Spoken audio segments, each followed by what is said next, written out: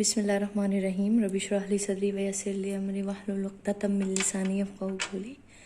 अस्सलाम वालेकुम स्टूडेंट्स, आज का जो हमारा टॉपिक है वो मेजरिंग हाफ़ लाइफ है और उसके बाद मीन लाइफ है।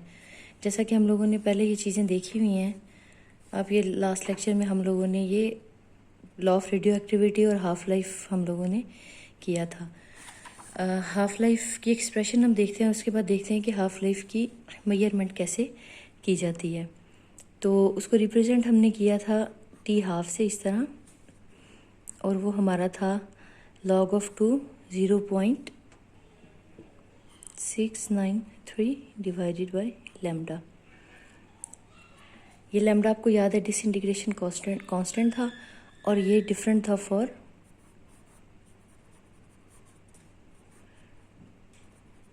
Different elements. ठीक है, तो ये हमारा हाफ़ लाइफ, आप ये देखें बिल्कुल सिंपल एक्सप्रेशन है। तो किसी भी एलिमेंट की हाफ़ लाइफ हमने फाइंड आउट करनी है तो हमें उसके लिए सिर्फ लैम्डा मालूम करना चाहिए। लैम्डा का हमें पता लग चल जाए तो हम उसकी हाफ़ लाइफ इस इक्वेशन में पुट करके आराम से फाइंड आउट कर सकते हैं। तो मेजरिंग हाफ़ लाइफ जो टॉपिक है, इसमें बेसिकली हमने लैम्डा ही फाइंड आउट करना है डिफरेंट एलिमेंट्स के लिए। तो वो हम देखते हैं कि हम लोग किस तरह से लैम्डा जो है वो फाइंड आउट करते हैं। आप ये देखेंगे कि आपके पास 3 तरह के एलिमेंट्स आपको मिलेंगे। एक वो होगा जिसकी बहुत short, extremely short half life है, जस्ट फॉर सेकंड्स, बल्कि सेकंड का भी कुछ हिस्सा। और कुछ होंगे जिनकी मॉडरेटली शॉर्ट हाफ लाइफ होगी, जैसे 1 घंटा हो गया, 4 घंटे हो गए, इस तरह से, या 2-4 दिन, 10 दिन, महीना, इस तरह से। और तीसरे इस तरह के एलिमेंट्स आपको मिलेंगे जिनकी बहुत लॉन्ग हाफ लाइफ होती है, ईयर्स एंड ईयर्स उनकी हाफ लाइफ होती है। तो ये 3 टाइप के एलिमेंट्स हों, 3 कैटेगरी में हम लोग रेडियो एक्टिव एलिमेंट्स को डिस्ट्रीब्यूट करेंगे और फिर उनकी अलग अलग से देखेंगे कि किस तरह हम लैम्डा उनके लिए फाइंड आउट करते हैं। तो सबसे पहले हम देखते हैं वो एलिमेंट्स जिनकी एक्सट्रीमली शॉर्ट हाफ लाइफ होती है।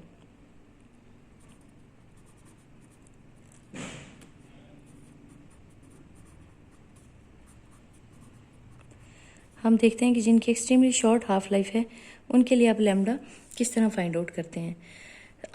आपने जब रेडियो एक्टिविटी पढ़ी थी तो आपको शायद याद हो कि हम लोगों ने अल्फ़ा, बीटा और गैमा रेडिएशंस की कुछ क्वालिटीज़ पढ़ी थी, कुछ प्रॉपर्टीज़ हमने पढ़ी थी। और अल्फ़ा की हम लोगों ने जो पार्टिकल्स थे वो हमने देखे थे कि वो हैं हीलियम न्यूक्लियाई हैं। ठीक है, और उनका हमने ये प्रॉपर्टी एक पढ़ी थी जिसमें आपको याद हो आयोनाइजेशन, उनकी जो है वो कितनी है, आयोनाइजेशन पावर कितनी है उनकी, कितना वो आयोनाइज कर सकते हैं। और फिर पेनिट्रेशन थी,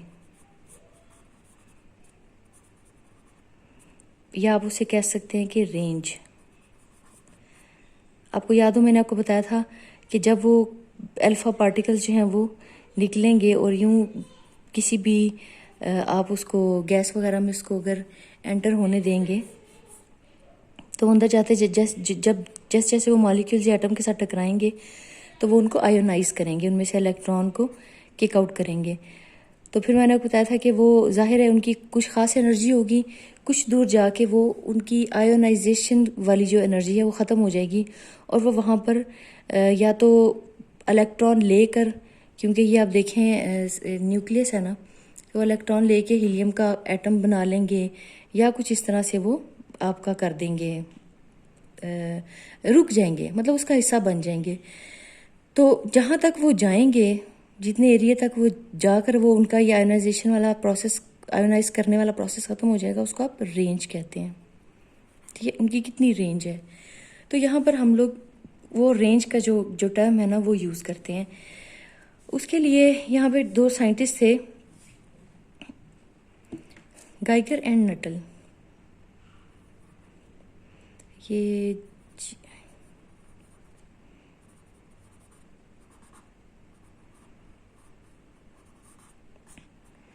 गाइगर एंड नटल थे। इन्होंने 1911 में आपको ये एक फॉर्मूला दिया था जिसके मुताबिक आप जो है वो फाइंड आउट कर सकते हैं लेमडा इस तरह एक्सट्रीमली शॉर्ट हाफ लाइफ वाले एलिमेंट्स के लिए, रेडियो एक्टिव एलिमेंट्स के लिए। तो इन्होंने वो जो फॉर्मूला था वो कुछ इस तरह से था,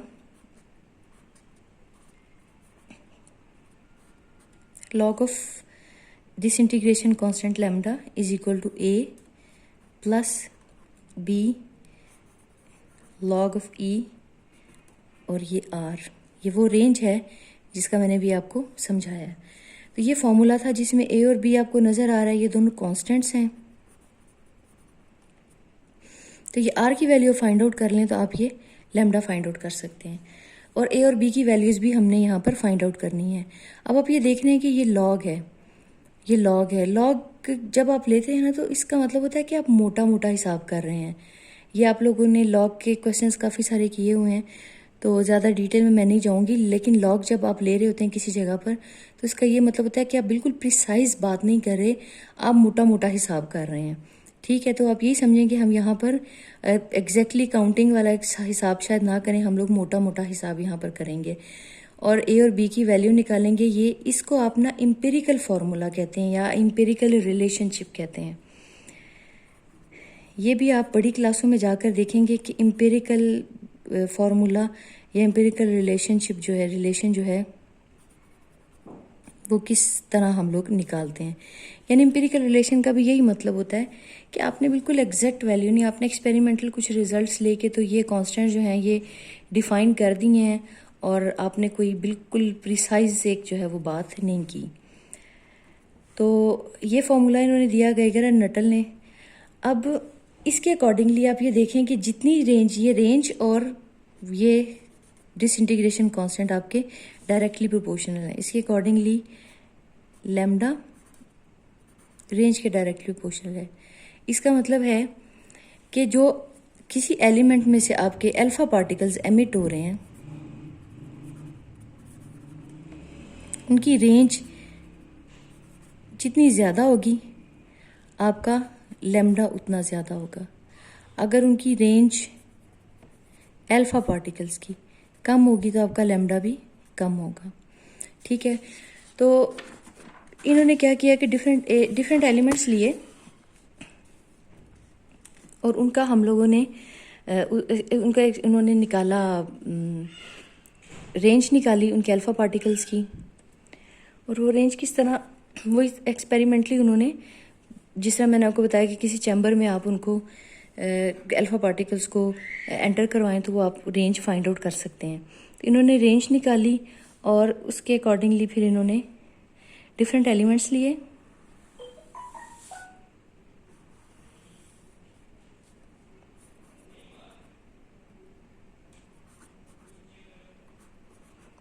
रेंज इस तरफ रखी उन्होंने और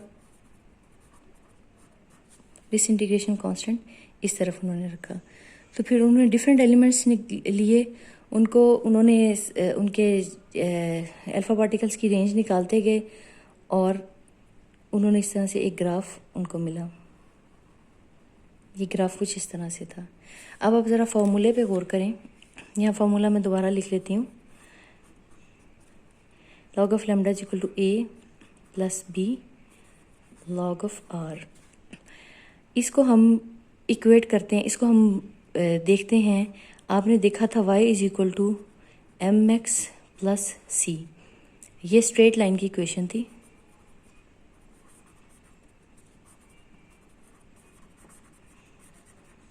आई होप आपको याद होगी। ये y अलॉन्ग y एक्सिस आपकी जो चीज़ आ रही है वो है, ये अलॉन्ग एक्स एक्सिस जो चीज़ है वो है, ये आपकी स्लोप थी और ये आपका y इंटरसेप्ट था। ठीक है, ये आपने स्ट्रेट लाइन की इक्वेशन लिखते थे y is equal to m x plus c. इसमें m है आपकी स्लोप, ठीक है, कि ये आपकी जो लाइन स्ट्रेट लाइन बन रही है इसकी स्लोप क्या है, और c जो है वो आपका y इंटरसेप्ट है। ठीक है, तो ये जब आप यहाँ पर देखें तो आपका y इंटरसेप्ट क्या बन रहा है, a, ये y इंटरसेप्ट है, ये b जो है वो आपकी स्लोप है। ठीक है, और ये जो है अलॉन्ग ये अलॉन्ग एक्स एक्सिस आपने ये लिया हुआ है ना, तो ये बी आपकी स्लोप है, ए आपका वाई इंटरसेप्ट है और ये आपका लॉन्ग वाई एक्सिस जो आपने चीज़ ली। तो इसका मतलब है कि ये जो वैल्यू है ये हमारी ए है, और जब आप इसकी स्लोप, इस लाइन की स्लोप निकालेंगे तो वो आपके पास आ जाएगा बी।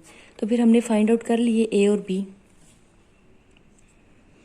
एक बात जहन में रखें कि ये आपने डिफरेंट एलिमेंट्स यूज़ किए यहाँ पर। ये ग्राफ बनाने के लिए आपने एक ही एलिमेंट में से तो डिफरेंट वो नहीं ना निकल रहे, और एक ही एलिमेंट के लैम्डा भी डिफरेंट नहीं होते। एक एलिमेंट के लिए एक ही लैम्डा होता है। तो ये देखिए हमने लैम्डा अगर डिफरेंट आ रहे हैं आपके, इसका मतलब है कि ये एक एलिमेंट नहीं है, ये आपने डिफरेंट एलिमेंट्स लिए।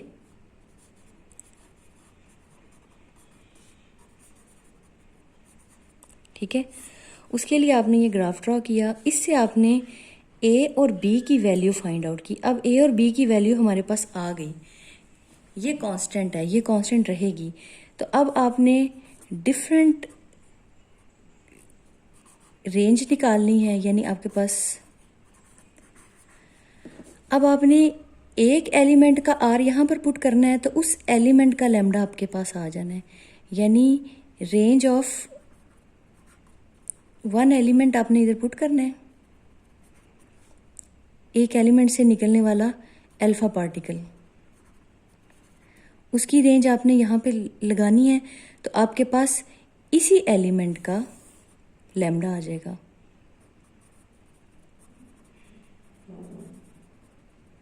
आई होप ये बात आपको समझ आ गई। यानी ये निकालने के लिए ए और बी हमने डिफरेंट एलिमेंट्स यूज़ किए, जबकि हमने यहाँ पर फिर दोबारा इस इक्वेशन को यूज़ किया। ए और बी की वैल्यू हम फाइंड आउट कर चुके हैं। यहाँ पर हमने एक एलिमेंट के अल्फा पार्टिकल की रेंज निकाली, तो उस एलिमेंट का लैम्डा हमारे पास आ गया, और वो वैल्यू जब हम इसमें रेंज की वैल्यू पुट करेंगे तो हमारे पास लैम्डा आ जाएगा। जब हमारे पास लैम्डा आ गया तो हमारे पास हाफ लाइफ आ जाएगी। इस फॉर्मूले के साथ हमारे पास हाफ लाइफ आ जाएगी। तो ये एक्सट्रीमली शॉर्ट जो रेडियो एक्टिव एलिमेंट्स होंगे, ये उनको फाइंड आउट, उनकी आप वो हाफ लाइफ फाइंड आउट करने का ये तरीका है।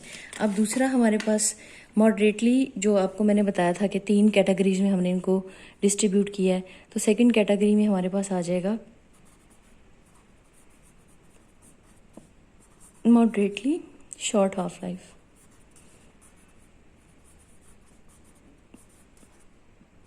ठीक है, इसके लिए हम लोग, आपको याद है कि हमने ये फॉर्मूला एक फाइंड आउट किया था, माइनस लैम्डा टी। ठीक है, लॉ ऑफ रेडियो एक्टिविटी को लेकर हम लोग चले थे, तो हम लोगों ने ये फॉर्मूला किया था। अब आप इसके दोनों तरफ लॉग ले लें अगर, ठीक है, ये आपके पास आ जाएगा एन नॉट का, और फिर ये जो साथ चूँकि मल्टीप्लाई हो रहा है तो प्लस लॉग ऑफ ई, ये आपको पता है इस बात का, ये आ जाएगा। अब ये ई, लॉग ऑफ ई इस ई से कैंसिल हो जाएगा, तो आपके पास आ जाएगा log of N naught minus lambda T, और यहाँ पे आपके पास लॉग एन होगा। ठीक है, अब इस इक्वेशन को अब फिर दोबारा स्ट्रेट लाइन की इक्वेशन से इक्वेट कर दें, उसके अकॉर्डिंगली आप देखें तो ये आपके पास y है, ठीक है, ये mx है और ये c है। c आपके पास y इंटरसेप्ट है, ये आपके पास स्लोप है, ठीक है ना, यानी आपके पास यहाँ पर स्लोप क्या है, माइनस लैम्डा। इसके अकॉर्डिंगली, इस इक्वेशन के अकॉर्डिंगली आपके पास माइनस लैम्डा स्लोप है, ठीक है, और ये आपका y है और ये आपका y इंटरसेप्ट है। तो अब इसको देखते हैं, हम ग्राफ बनाते हैं इसके लिए और देखते हैं यहाँ से हम कैसे फाइंड आउट करते हैं।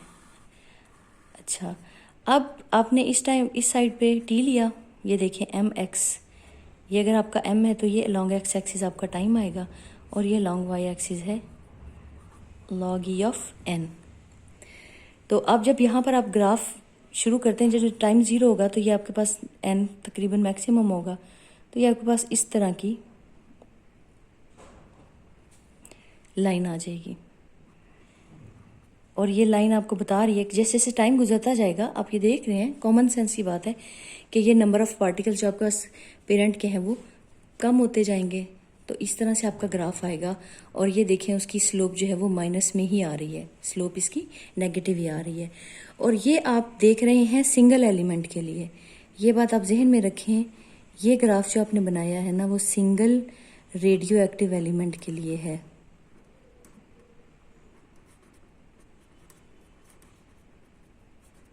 ये बात जहन में रखनी है कि ये सारे का ज़्यादा उनके लिए हमने एलिमेंट्स को यूज़ करके ये ग्राफ ड्रॉ किया था और एंड पे रिजल्ट सिंगल के लिए किया था। अब ये ग्राफ आपने सिंगल के लिए ही करना है, एक ही आपने एलिमेंट लिया है, उसको ऑब्जर्व कर रहे हैं, विद टाइम उसके नंबर ऑफ पार्टिकल्स जो हैं वो कम होते जा रहे हैं, तो आपने एक एलिमेंट के लिए ये ग्राफ यूज़ किया। तो इस ग्राफ से आप स्लोप निकाल लेंगे। जब आपने इस ग्राफ की स्लोप निकाली इसका मतलब आपके पास लैम्डा की वैल्यू आ गई, और वो वैल्यू आप फिर इसमें टी हाफ वाले फॉर्मूले में डाल के तो आप half life moderately short half life वाले एलिमेंट्स की हाफ लाइफ फाइंड आउट कर लेंगे। अब हमारे पास तीसरा है ए लॉन्ग हाफ लाइफ्स वाले एलिमेंट। लॉन्ग हाफ लाइफ वाले एलिमेंट्स जो होते हैं उनके लिए उनका लैम्डा फाइंड आउट करना ज़रा आसान होता है। वो किस तरह आसान होता है कि आप उसको इस तरह का एक्सपेरिमेंटल सेटअप बना देते हैं कि जो अल्फ़ा पार्टिकल्स आपके पास निकल रहे हैं ना, आप उनको काउंट कर सकते हैं, काउंटिंग कर सकते हैं। किस तरह? आप कोई ऐसी स्क्रीन सी लगा देते हैं, फ्लोरेसेंट स्क्रीन, जब अल्फ़ा पार्टिकल आता है उस पर स्ट्राइक करता है तो आप वहाँ पर आपको एक चमक सी महसूस होती है, जो आप चमक जो है वो आप देख सकते हैं किसी माइक्रोस्कोप से। इवन अगर आप देखें तो वो उसको आप कहते हैं सिंटिलेशन, ठीक है। तो वो सिंटिलेशन जो है वो आप काउंट कर सकते हैं, कितनी बार आपको यहाँ पे चमक नज़र आई वो आप काउंट करेंगे। इसका मतलब है कि ये एक अल्फ़ा पार्टिकल गिरा तो एक सिंटिलेशन हुई, दो गिरे तो दो सिंटिलेशन हुई, ठीक है। तो वो आप नंबर ऑफ सिंटिलेशन जो है यहाँ पर काउंट कर सकते हैं। ये बड़ा आसान काम है, ठीक है। तो नंबर ऑफ सिंटिलेशंस का मतलब है कि अल्फ़ा पार्टिकल आके स्ट्राइक किया। अल्फ़ा पार्टिकल आने का मतलब क्या है कि आपके पास एक एलिमेंट, अगर एक अल्फ़ा पार्टिकल आपके पास आया, आपने काउंट किया, तो इसका मतलब है कि एक एलिमेंट जो है वो डिके कर गया, ठीक है। अगर आपके पास दो अल्फ़ा पार्टिकल्स आए हैं तो इसका मतलब है दो एलिमेंट जो है वो डिके कर गए हैं। तो ये मीन्स कि आप काउंट कर सकते हैं। तो आप, और कितनी देर में आया है, आप टाइम भी काउंट कर सकते हैं। आसान है ना, लंबा प्रोसेस है, बैठे रहें उसको गिनते रहें, देखते रहें। तो ये आपके पास, आप टाइम भी काउंट कर सकते हैं। अगर आपने टाइम काउंट कर लिया तो आप वो रेट तो काउंट कर ही सकते हैं कि dt टाइम में कितने एलिमेंट्स डिके किए। रेट काउंट कर लिया आपने, आपके पास है dn/dt is equal to lambda n। ये हम लोगों ने लॉ ऑफ रेडियो एक्टिविटी में देखा था। तो ये जब आपके पास आ गया, यहाँ से आप लैम्डा निकाल सकते हैं। लैम्डा को एक तरफ ले जाएं, आपने कितने डिके कर गए और कितने टाइम में डिके किए, ये दोनों चीज़ें आप फाइंड आउट कर सकते हैं। तो आपने यहाँ पर dn/dt डिवाइडेड बाय n, ये करके आपने लैम्डा फाइंड आउट कर लिया। जब लैम्डा आपके पास आ गया तो टी हाफ आपके पास आ गया। ये थे 3 तरीके आपके हाफ लाइफ फाइंड आउट करने के। यानी इन अदर वर्ड्स के हमने लैम्डा फाइंड आउट किया है और लैम्डा को यूज़ करके हमने हाफ लाइफ फाइंड आउट कर ली। हाफ लाइफ से रिलेटेड चीज़ें हो गई मुकम्मल। अब उससे आगे हमने करना है मीन लाइफ। जैसे मैंने आपको बताया था कि टोटल लाइफ जो है वो सारे एलिमेंट्स की, सब रेडियो एक्टिव एलिमेंट्स की टोटल लाइफ इन्फिनिटी होती है। तो स्टार्ट कहाँ से लिया आपने? ज़ीरो से, और ज़ीरो से लेके इन्फिनिटी तक। तो इससे आप डिस्टिंग्विश नहीं कर सकते कि किस एलिमेंट ने कितना टाइम गुजारा या वो किस रेट से डिसइंटीग्रेट हुआ। तो इस वजह से हम लोगों ने एक टर्म पहले जो डिफ़ाइन की थी वो थी हमारी हाफ लाइफ, और अब हम पढ़ेंगे मीन लाइफ। मीन लाइफ और you can say average life.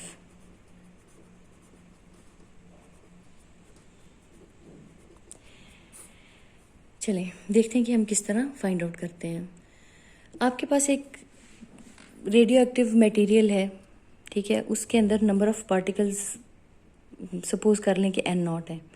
ठीक है, आपने उसको लिया, आपने उसको ऑब्ज़र्व करना शुरू किया, आपने टाइम वहाँ से काउंट कर, जब हम किसी चीज़ को ऑब्ज़र्व करना शुरू करते हैं ना, तो हम वहाँ पे से टाइम 0 लेते हैं। ठीक है, जब आपने उसको ऑब्ज़र्व करना शुरू किया तो हमारे सारे के सारे एलिमेंट्स जो थे वो मौजूद थे। ये बताया ना, ओरिजिनल नंबर ऑफ़ न्यूक्लियाई हो गए आपके पास। ठीक है, उसके बाद कुछ टाइम टी गुज़रा, जब आपका टाइम टी गुज़र चुका तो उस वक़्त आपके पास कितने एलिमेंट बचे? n एलिमेंट आपके पास बच गए। तो इस टाइम के थोड़ा सा बाद, फौरन बाद,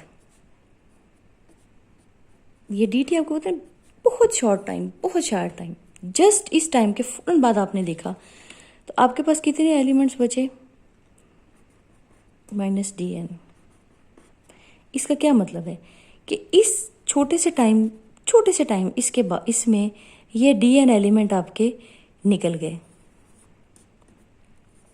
यानी t तक तो आपके पास n एलिमेंट्स थे, t प्लस dt में आपके पास n माइनस dn रह गए, यानी इसका मतलब है n में से इतने खिसक गए। तो ये n जो थे ये शुरू से यहाँ तक मौजूद थे, शुरू से लेके यहाँ तक, t0 से लेके t टाइम तक वो यहाँ पे मौजूद थे, उसके बाद ये यहाँ से खिसके हैं। इसका मतलब है कि ये ज़िंदगी इन्होंने गुजार ली, यानी ये जो dn आपके पास एलिमेंट्स जो हैं निकले n के बाद, t प्लस dt में जो एलिमेंट्स आपके निकले उनकी टोटल लाइफ कितनी वो गुजार बैठे हैं? टी लाइफ गुजारी, तो t प्लस dt में वो वहाँ से निकले, इससे पहले तक वो यहाँ पर मौजूद थे। आई होप ये बात आपको समझ आ गई। तो ये dn एलिमेंट्स की सब की जो है ना, हर इन dn में से हर एक एलिमेंट की लाइफ जो है वो t लाइफ है। अब हम इन dn एलिमेंट्स की एवरेज लाइफ फाइंड आउट करते हैं।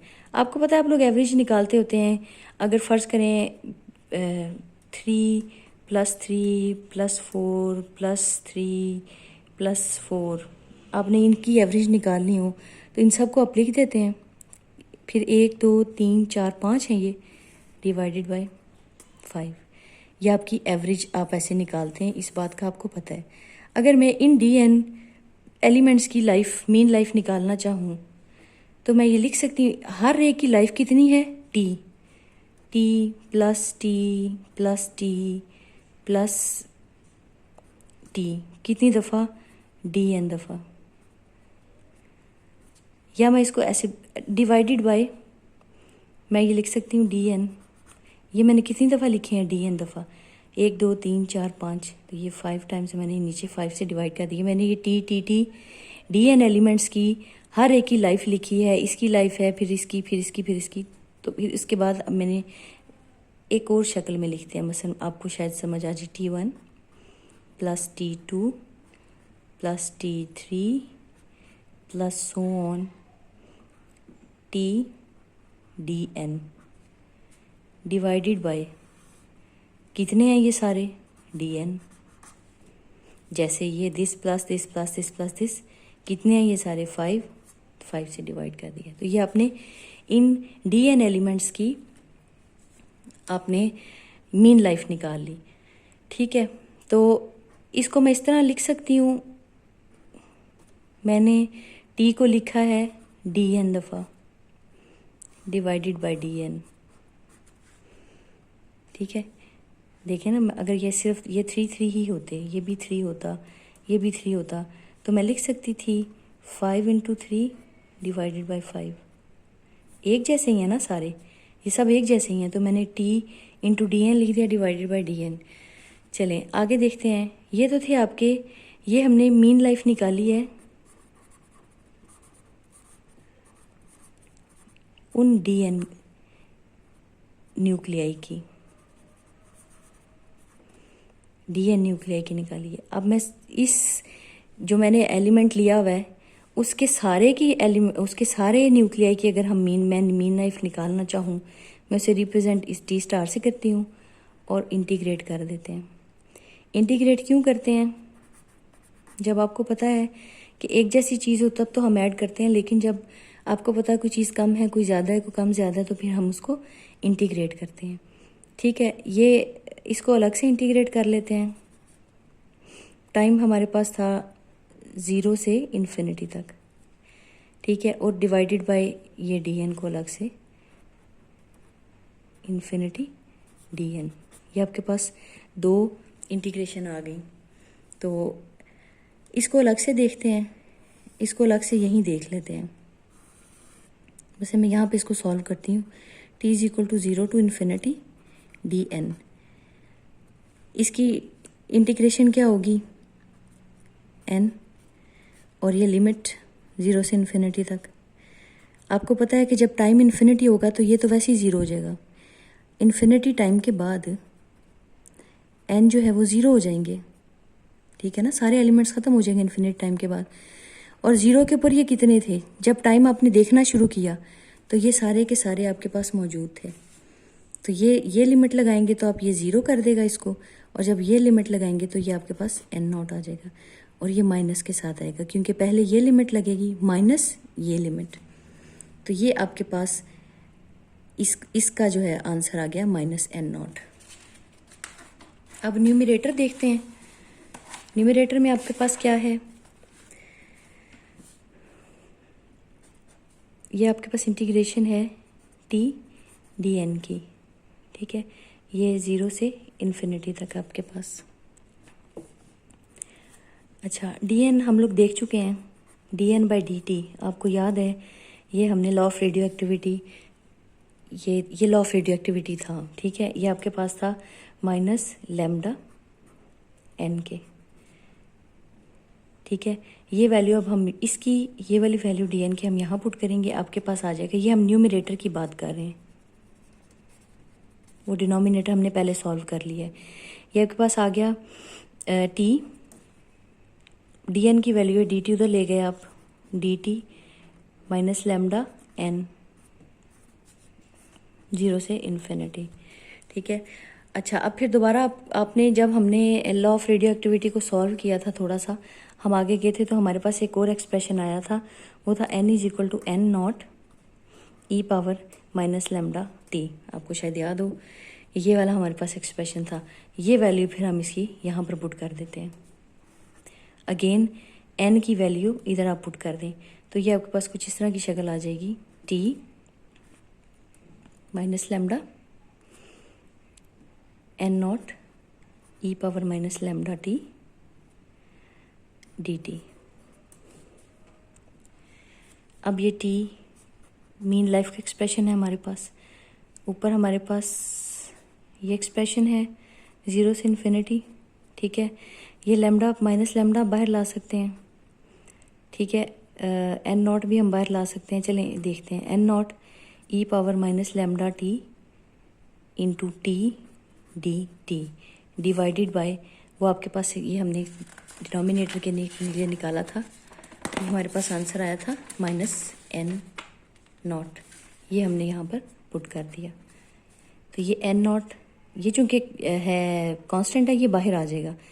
ये n0 से कैंसिल हो गया, ये माइनस माइनस से कैंसिल हो गया, तो आपके पास एक्सप्रेशन आ जाएगा lambda t e power minus lambda t dt 0 से इन्फिनिटी तक, ठीक है। अब ये आपके पास एक्सप्रेशन है, ये हमने सॉल्व करना है।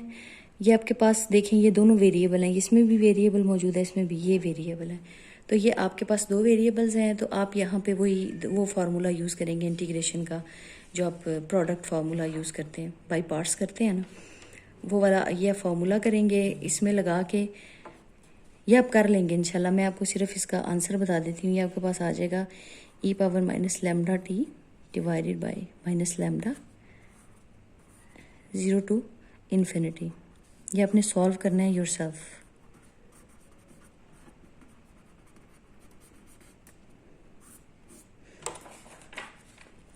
तो ये आपके पास आंसर आ गया। ये जब आप इधर लिमिट्स पुट करेंगे तो ये आपके पास आ जाएगा 1 ओवर लैम्डा। मीन लाइफ की वैल्यू आपके पास आ जाएगी 1 ओवर लैम्डा, जबकि आप t हाफ जो आपने निकाली थी वो थी 0.693 डिवाइडेड बाय लैम्डा। ये आपके पास हाफ लाइफ और मीन लाइफ की वैल्यूज़ आ गई। अब इन दोनों में आप रिलेशनशिप भी फाइंड आउट कर सकते हैं। मसलन यहाँ मैं कह सकती हूँ T half is equal to, ये देखें, ये 1/λ की जगह मैं ये टी स्टार लगा देती हूँ, तो ये अब मेरे पास आ जाएगा 0.693 इंटू टी स्टार। तो ये रिलेशनशिप है इसका टी हाफ लाइफ और टी मीन लाइफ का। तो आप ये देख सकते हैं, इससे आपको नज़र आ रहा है कि हाफ लाइफ जो है आपकी वो स्मॉलर है और टी मीन लाइफ जो है वो ज़्यादा है, क्योंकि ये किसी को मीन लाइफ को किसी से मल्टीप्लाई कर रहे हैं आपके पास, तो हाफ लाइफ आ रही है। इन अदर वर्ड्स हम ये भी लिख सकते हैं T star is equal to 1.443 T half. आप ये देखें कि आप 1 से किसी बड़ी जो है ना बड़ा नंबर है उससे आप हाफ लाइफ को मल्टीप्लाई कर रहे हैं, तो आपके पास मीन लाइफ आ रही है। इसका मतलब है आपके पास मीन लाइफ जो है वो ग्रेटर नंबर है देन हाफ लाइफ। ठीक है, तो ये रिलेशनशिप है मीन लाइफ और हाफ लाइफ में। ये हमारा मुकम्मल हो गया। फिर नेक्स्ट में हम इंशाल्लाह इनके कुछ न्यूमेरिकल्स करेंगे और आगे अगला टॉपिक पढ़ेंगे।